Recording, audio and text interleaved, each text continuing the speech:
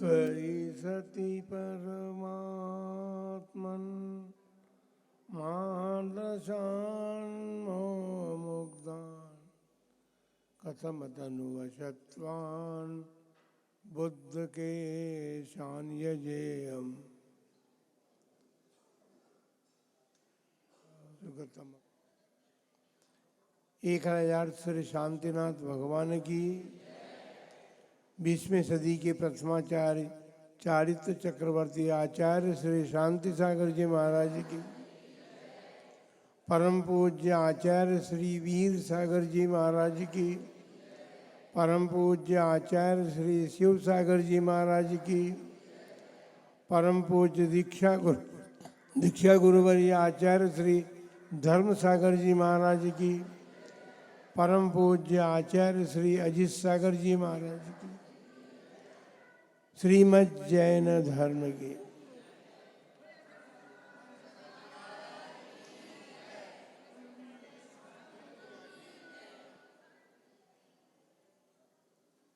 उदयपुर वासियों का सौभाग्य है 20वीं सदी के प्रथमाचार्य चारित्र चक्रवर्ती आचार्य श्री शांति सागर जी महाराज की परंपरा के सभी पूर्वाचार्यों के दर्शन आपने किए और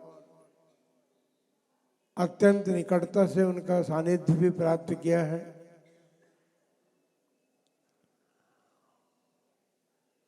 उनके प्रेरणास्पद उपदेश भी आपने सुने, जिन्होंने अपने जीवन को उनके उपदेशों को सुनकर मंगलमय बनाने का प्रयत्न पुरुषार्थ किया था। उनमें से वे पुरानी पीढ़ी के शायद कोई भी व्यक्ति विद्यमान नहीं है।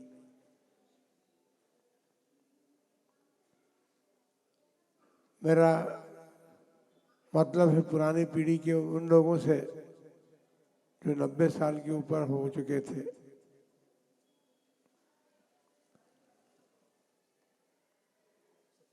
जिन्होंने उन गुरुओं का सानिध्य प्राप्त किया था, उनके संगति में रहे थे, उन लोगों ने जिनालयों के निर्माण में अपना सहयोग भी दिया था। भाग्यशाली हैं आप जिस जिनालय में अपन सब लोग बैठे हैं और जिस जिनालय की विधि प्रतिष्ठा महोत्सव संपन्न किया है। जिनालय जिनेंद्र भगवान के आलय, जिनालयों में भगवान विराजमान होते हैं। जिनालय ईंट चूनी और पत्थर से बनते,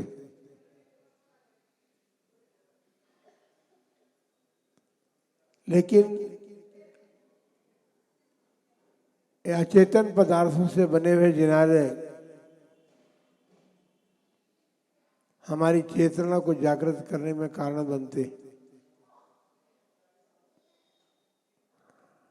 बल्कि यूं कहा जा सकता है कि जो चैतन्य हमारे शरीर में विद्यमान है,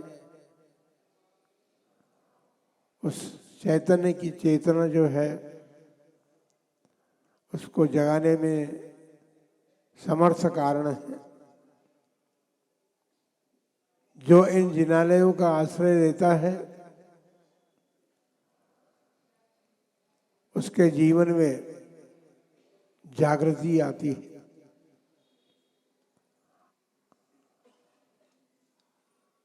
आप सोचेंगे कि महाराज हम तो जिनालय में प्रतिदिन आते हैं, अनेक तीर्थों की यात्रा भी करते हैं, शाश्वत निर्वाण भूमि संदेश शिखर की यात्रा हमने कई बार की है। यात्रा तो बहुत लोग करते हैं। यात्री संसार के प्रत्येक प्राणी है। यात्रा करना सभी का लक्ष्य होता है। बस अंतर इतना सा है, यात्रा हम कहाँ की कर रहे हैं। दो प्रकार की यात्राएं हैं। एक संसार परिभ्रमण की यात्रा है और एक संसार से मुक्त होने की यात्रा है। हम अपने जीवन को देखने का प्रयत्न करें, हम कौन सी यात्रा कर रहे हैं। यात्रा का परिवर्तन होना हमारे जीवन के परिवर्तन का कारण बनता है। और वह यात्रा, जिस यात्रा को परिवर्तित करके हम वह बन सकते हैं जिसे हम प्राप्त करना चाहते हैं, उसकी यात्रा जो है प्रारंभ जिनालय से शुरू होती है। क्योंकि जिनालयों में उन यात्रियों को हमने स्थापित किया है जिन्होंने अपनी यात्रा पूर्ण कर ली। अध्यात्म की यात्रा बहुत दुर्लभ है। बाकी सब यात्राएं तो हम करते हैं। हमारी यात्रा समाप्त कभी भी नहीं होगी यदि हम संसार मार्ग की यात्रा करते रहे तो। किंतु यदि अध्यात्म यात्रा को हम प्रारंभ अपने जीवन में करें तो सुनिश्चित बात है कि हम अपने संसार की यात्रा को पूर्ण कर सकते हैं। उसके लिए, क्योंकि संसार का प्राणी प्रीति और प्रेम करना चाहता है। प्रीति और प्रेम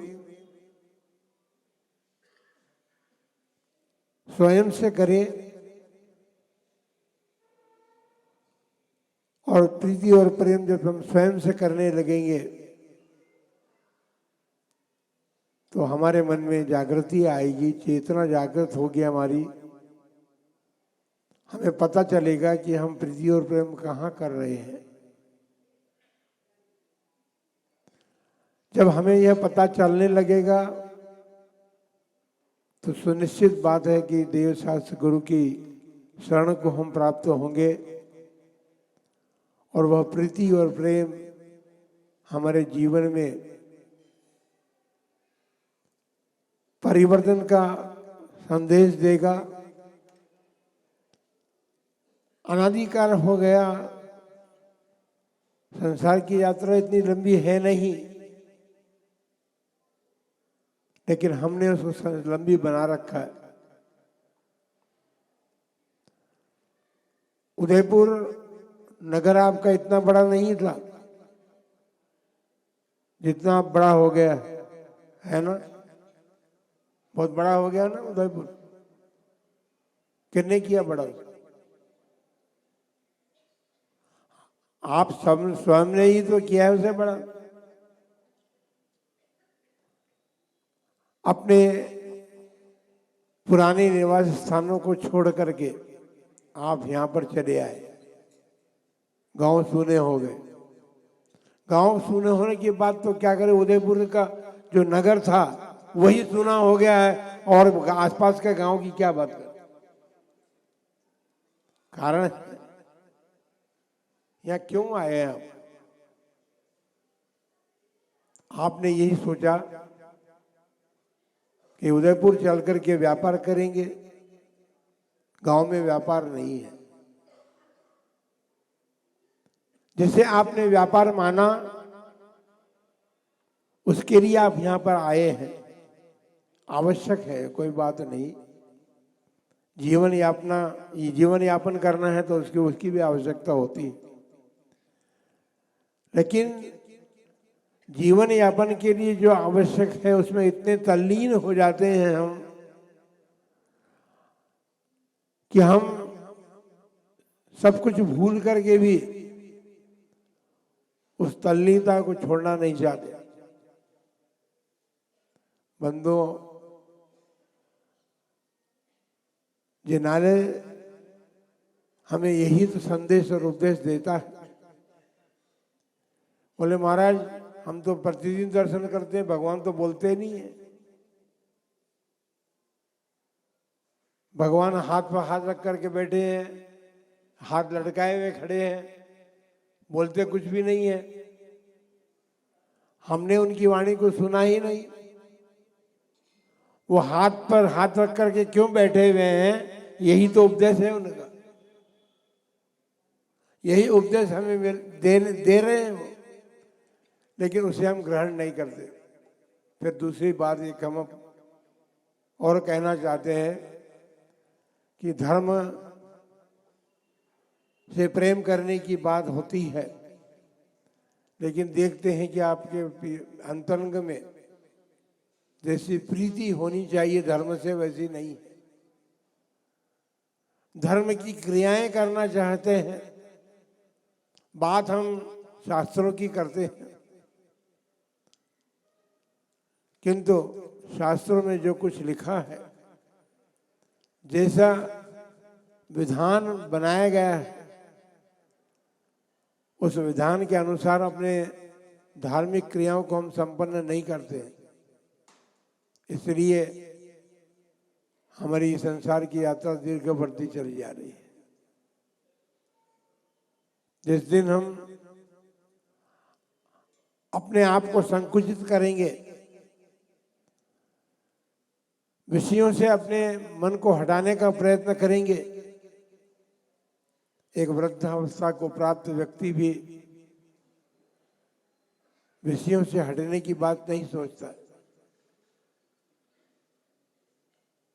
तो ऐसा जीवन जब आपका चलेगा तो ऐसे जीवन के साथ आपकी यात्रा कभी समाप्त ही नहीं होगी। कहने का मतलब यह है, जब तक यात्रा चलती रहेगी तब तक, क्योंकि आप घर से जब निकलते हैं, तीर्थ यात्रा के लिए भी जाते हैं, तो आपका मन कहता है कि अब थक गए, समय शिखर का पहाड़ चढ़ के अब थक गए। इसलिए क्या मन करता, घर जाना। तो जितने सीमित समय के लिए आप यात्रा के लिए गए थे, उसके बाद आपका मन फिर यही सोचता है कि अब थकान आ गई। लेकिन संसार की यात्रा करते करते आप कभी थके नहीं। जिस दिन आप ये सोचने लगे, आपका मन ये कहने लगे कि अब तो बहुत हो गया, अब हमारी थकान दूर करने का अवसर आ गया है, तो थकान दूर करने के लिए आपको भगवान के बाद गुरुजनों का आश्रय लेना पड़ेगा। हम सोचते बहुत हैं, नई पीढ़ी के बालकों को बहुत तैयार करने का मन करता है, और उसमें एक कारण सबसे बड़ा ये भी है कि माता पिता उन नए पीढ़ी के बच्चों को, क्योंकि उदयपुर अपने गांव को छोड़ के उदयपुर आए इसीलिए कि उनको पढ़ाएंगे, लिखाएंगे, शिक्षित होंगे, और शिक्षा होने के बाद उनके दिमाग में क्या रहता है पता है आपको? आपके दिमाग में भी रहता है। बच्चा पढ़ लिख जाएगा, जॉब करेगा। इसी उद्देश्य को लेकर के आजकल के बच्चे पढ़ाई लिखाई कर रहे हैं और जॉब वह स्थिति है, उस जॉब को प्राप्त करने के लिए कितने पापड़ बेलते हैं उसके बाद के मिलती है। और फिर यदि पढ़ लिख गए, जॉब मिल भी गया तो 18 घंटे जॉब में आपको लगाना पड़ता है, क्योंकि ऊंची जॉब चाहिए आपको, और ऊंची जॉब के लिए तो फिर शरीर को पहलना पड़ेगा। बंधुओं, ये जो मार्ग है, जैसा कि पंडित जी सोचते हैं, मार्ग अच्छा है बच्चों को शिक्षित करने का। अभी आज महाराज का उपदेश भी हुआ, महाराज ने भी यही कहा, बच्चों को आप मोड़िए, मोड़िए, मंदिर की तरफ मोड़िए उनको, लेकिन उसका जो उपाय बतलाया गया है उस उपाय को करने की आवश्यकता वृद्ध माता पिता दादा दादी को भी आवश्यकता है। हमने सुना है बचपन में दादियाँ जब बच्चे उनके पास जाते थे तो उनका लाड़ प्यार जो है उनके जीवन बनाने के लिए होता था। आज का जो वातावरण है उस वातावरण में दादियों के पास तो कोई रहना नहीं चाहता। दादा और दादी तो अपने घर रहो, हम तो जाएंगे। जब दादा दादी के पास आप अपने बच्चों को रहने नहीं देना चाहते हैं, आप स्वयं रहेंगे तो बच्चे भी आपके दादा दादी के पास रहेंगे, और जब दादा दादी के पास नहीं रहेंगे तो उनको संस्कार नहीं मिलते, योग्य बन सकते हैं। धर्म के संस्कार बहुत अलग बात अभी है, लेकिन अभी तो आप उनको अपने परिवार में रहने के संस्कार तो दीजिए। परिवार में कैसे रहना, सास किस प्रकार अनुशासन सिखाती है बहू को, लेकिन आज सास जी स्वयं अनुशासित नहीं है तो बहुओं को क्या अनुशासन करेगी। आप सब मोबाइल के ज़माने में सब मोबाइल हो चुके हैं। हमने मोबाइल की परिभाषा बनाई है, जो अच्छे भले संस्कारों से आपको छुटकारा दे दे वो मोबाइल है। या धर्म सभा में बैठे हुए हैं, मंदिर में आए हैं भगवान के दर्शन करने के लिए, जो आपके कान पकड़ ले और उठाकर बाहर आपको कर दे, उसको मोबाइल कहते हैं। यही तो बात है ना। मोबाइल में घंटी बजते ही आप भगवान की पूजा कर रहे हैं, भगवान के दर्शन कर रहे हैं, गुरुओं का उपदेश श्रवण कर रहे हैं, तो आप साथ में लेकर के आते क्यों हैं? मोबाइल को घर छोड़ के आइए, वो आपको मोबाइल करेगा।